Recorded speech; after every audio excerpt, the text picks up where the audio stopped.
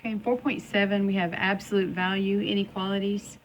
And so I just want to remind you that when you take the absolute value of an expression, it is the same as that expression if A is equal to 0 or positive, a positive number.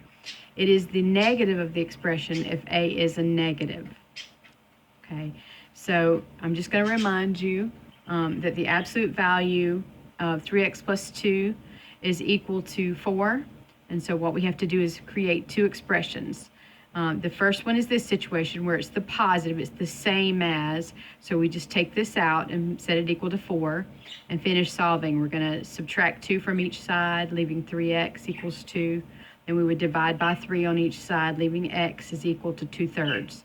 Now the negative situation is when I just take this and put it in parentheses and put a negative outside, and then I'm just going to bring my negative basically over to the 4. I'm going to divide on both sides by -1.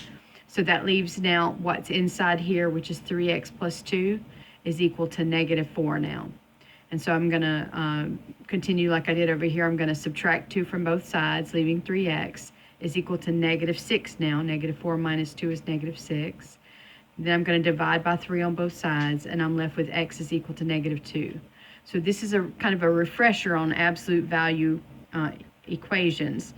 For inequalities, we have two cases. We have the case where we have an absolute value that is less than something, and we have an absolute value that is greater than something. So let's come back up here to case 1. When we have the absolute value of something is less than k, what that means is that it is less than k distance away from 0. If I'm at 0 and I want to walk 4 steps, then I could walk 4 steps this way, or I could walk 4 steps this way. When I take the absolute value of something, it more or less loses the direction. It just tells you the exact distance from 0 that it is. So because I can go in either direction and it still is true, then what I'm going to do is I'm going to have a situation like this, a compound inequality, where I have A is going to be between -k, somewhere between -k and +k. So whatever's right here, I'm just going to make it negative and put it on this side and keep it positive to bring over here and put my A in between. So before I talk about case 2, let's go ahead and do a couple of these. So see here you have less than or equal to. So I'm going to, since this is isolated, I'm ready. I'm going to go ahead and make this negative and put it on the left side, put this between it, and then bring the positive over here. And then I'm going to isolate my x by dividing by 3 on all 3 sides. And here I'm going to have -2, here I'm going to have x, and here I'm going to have +2. I'm ready to graph.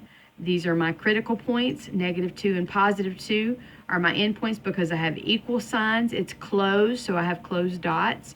And x is between these two numbers, so it's everything between those two numbers and including those two numbers is my answer. All right, and here's another example for less than. I have the absolute value of 2x minus 1 is less than or equal to 5. So I'm going to bring my 5 over here and make it negative, put this in the middle, and bring my 5 over here as positive. I'm going to add 1 to every part to give me -4 is less than or equal to 2x is less than or equal to 6. Divide everything by 2, and I'll have -2 is less than or equal to x is less than or equal to 3. And here I've graphed that. Notice that these are equal signs, so I have closed dots. Now here I have an example where the absolute value is not isolated yet. There's still a 2 that's being multiplied by this. So I need to get rid of this 2 before I can start my process. So I'm going to divide on both sides by 2.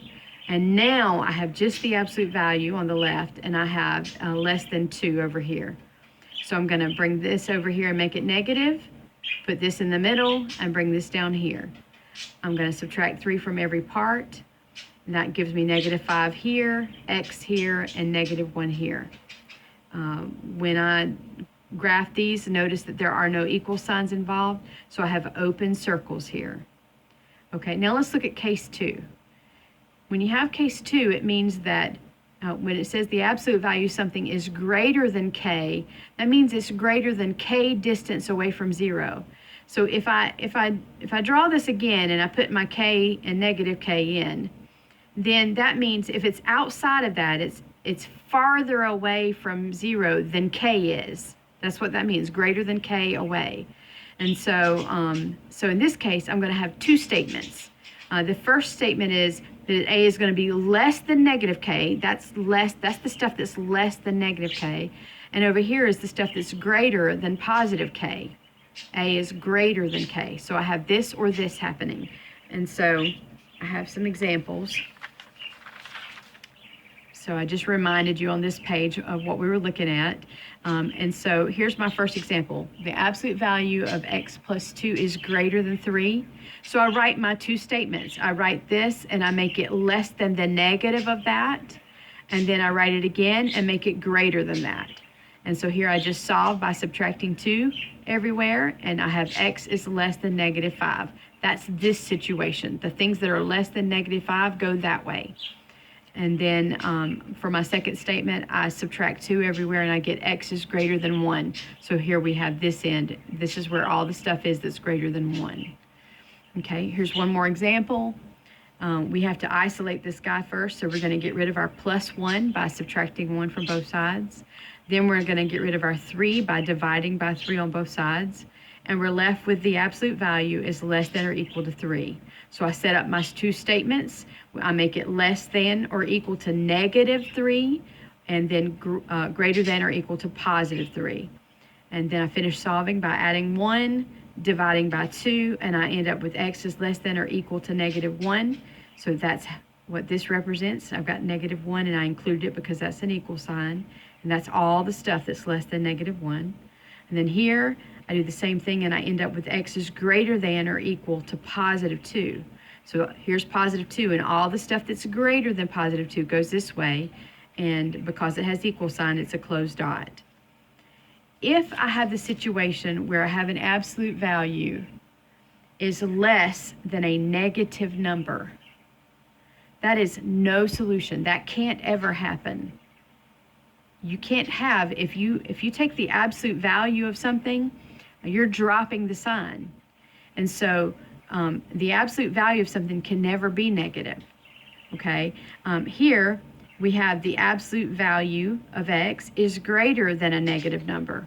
Well, that's true for all real numbers. Everything is going to be, no matter what your answer is going to be greater than the negative number. So that's all real numbers. Here it would be no solution. Here it would be all real numbers.